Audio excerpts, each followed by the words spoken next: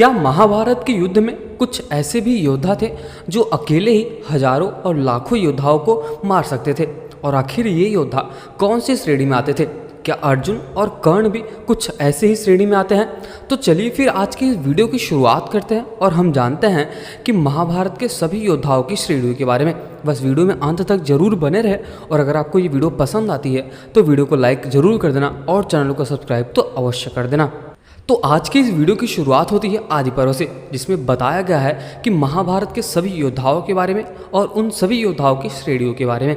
जब महाभारत का युद्ध होने ही वाला था तब दुर्योधन सबसे अधिक उत्साहित था, क्योंकि दुर्योधन ने शांति के सभी मार्ग बंद कर दिए थे और यहाँ तक कि भगवान श्री कृष्ण को कैद करने की प्रतीक्षा भी कर ली थी और उसने एकमात्र युद्ध करने का रास्ता ही छोड़ा था। शायद उसको ये लगता था या फिर उसको ये पता था कि कौरवों में जब इच्छा मृत्यु वाले भीष्म पितामह हो, कभी न हारने वाले गुरु द्रोण हो और महान तेजस्वी अश्वत्थामा हो और दुर्योधन का कवचधारी दोस्त कर्ण हो, तो कौन ही कौरव सेना को हरा सकता है।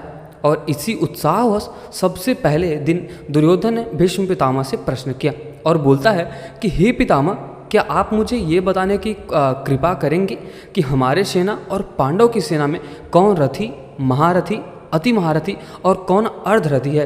कृपा करके आप मुझे बताइए। पहले तो भीष्म पितामह ने दुर्योधन के इस अल्प ज्ञान के लिए उसे बहुत ही खरी खोटी सुनाई और बोलते हैं कि जब तुम्हें अपने योद्धाओं के बारे में पता ही नहीं है, अपने योद्धाओं के सभी श्रेणी के बारे में पता ही नहीं है, तो तुम कैसे इतना विशाल युद्ध जीतोगे? और ऐसा सब कुछ कहने के पश्चात भीष्म पितामह ने सभी रथियों, महान योद्धाओं के बारे में और उनकी श्रेणियों के बारे में बताना प्रारंभ कर दिया। तो चलिए फिर अभी हम जानते हैं पांडव सेनाओं के योद्धाओं की सभी श्रेणियों के बारे में। इसका मतलब कि पांडव सेना में जितने भी योद्धा थे उनकी क्या श्रेणियाँ रही होंगी। सबसे पहले भीष्म पितामह ने उन सभी वर्गों के योद्धाओं के बारे में बताया जिन्हें हम अर्धरथी, रथी, महारथी और अति महारथी श्रेणी में बांटते हैं। तो चलिए फिर अभी हम सबसे पहले जानते हैं अर्धरथी के बारे में। अब भीष्म पितामह कहते हैं कि अर्धरथी योद्धा उसे बताया जाता है जो अपने रथ पर ही आरूढ़ होकर, अपने रथ पर ही बैठकर अपने सारे अस्त्र लेकर चलता है और वो लगभग 2500 योद्धाओं को अकेले पैदल मार सकता है। अब आप यहाँ से अंदाज़ा लगा सकते हो कि अगर कोई भी अर्धरथी है तो भी वो लगभग 2500 मतलब 2500 योद्धाओं को अकेले मार गिरा सकता है। अब इसके बाद भीष्म पितामह ये बताते हैं कि रथी योद्धाओं के बारे में। रथी योद्धा वह होता है जो अपने रथ पर आरूढ़ तो होता ही है, उसके साथ ही साथ अपने सारे अस्त्र और शस्त्र को साथ लेकर चलता है और वो लगभग 5000 पैदल सेना का कुशलता से सामना कर सकता है और इसमें बहुत से बल भी होता है। भीष्म पितामह ऐसा भी बोलते हैं कि परंतु इन योद्धाओं को चक्र व्यूह भेदने का ज्ञान बहुत ही कम होता है।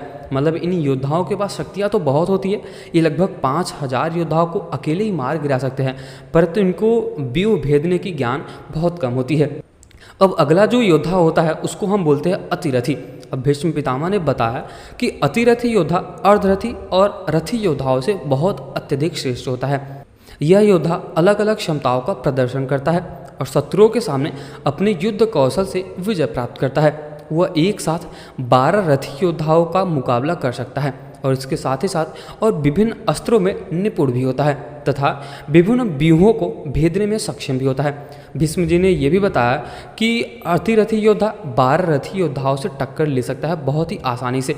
अगर हम यही कुछ तुलना करें या फिर गुणा गणित करें तो लगभग 60,000 पैदल सैनिकों को अकेले मार सकते हैं और अकेले ही युद्ध करने की क्षमता इनके अंदर होती है। अब आप यहाँ से अंदाज़ा ये लगा सकते हो कि जो अतिरथी योद्धा होते हैं उनके अंदर कितनी शक्तियाँ होती है और वो अकेले अगर चाह ले तो सभी योद्धाओं को, सभी रथी और अर्धरथी योद्धाओं को मार गिरा सकते हैं।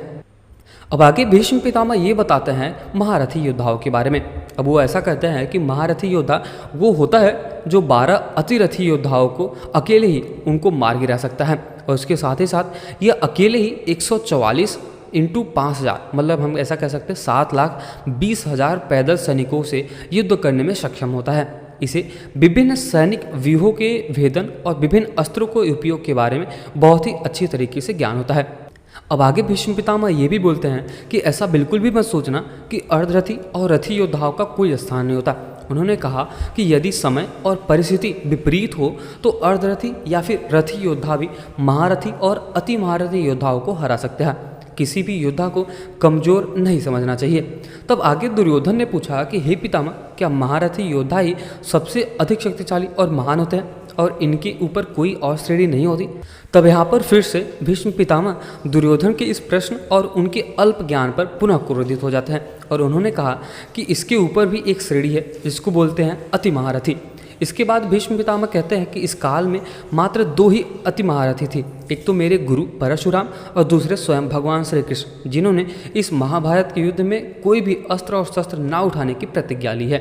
यह सुनकर दुर्योधन को ये बात बिल्कुल भी पसंद नहीं आई और उन्होंने कहा कि हे पितामह, अब मुझे सभी योद्धाओं के नाम बताइए ताकि मैं समझ सकूं कि मेरे योद्धा और पांडव योद्धाओं में कितने सबसे अधिक शक्तिशाली हैं, ताकि हम उसके हिसाब से अपना जो महाभारत का युद्ध है उसको कर सके।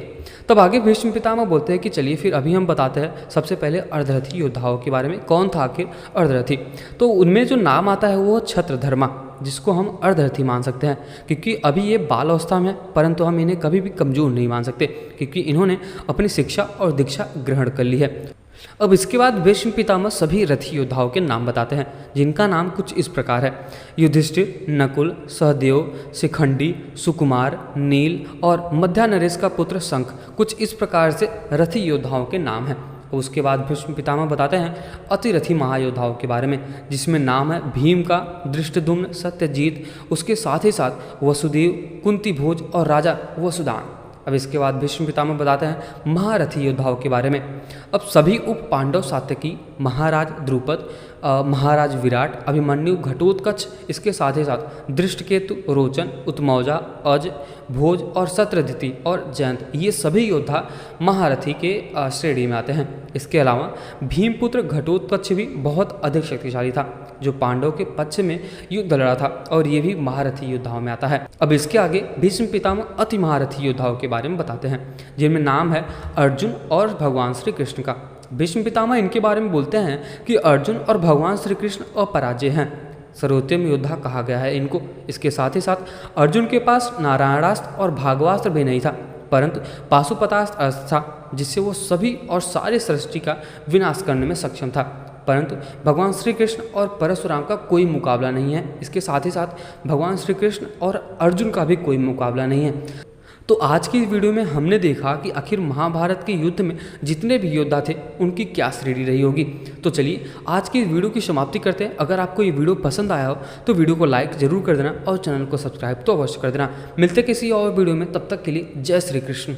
तो अगर आपको कुछ भी सुझाव या फिर सलाह देना है तो आप कमेंट सेक्शन में अवश्य दे सकते हैं, क्योंकि आज हमने देखा महाभारत के युद्ध में जितने भी योद्धा थे उनकी श्रेणी क्या रही होगी। मतलब जो जितने भी पांडव योद्धा थे उनकी श्रेणी क्या थी, अतिरथी, महारथी या फिर अर्धरथी थे। और मैंने आपको ये भी बताया कि अर्जुन और भगवान श्री कृष्ण की तुलना ही नहीं हो सकती, क्योंकि ये योद्धा कभी भी किसी भी श्रेणी में नहीं आते, क्योंकि अर्जुन और भगवान श्री कृष्ण नर और नारायण के अवतार है। तब आप यहाँ से अंदाजा लगा सकते हो कि महाभारत का जो युद्ध हुआ था वो कितना ज्यादा विशाल था।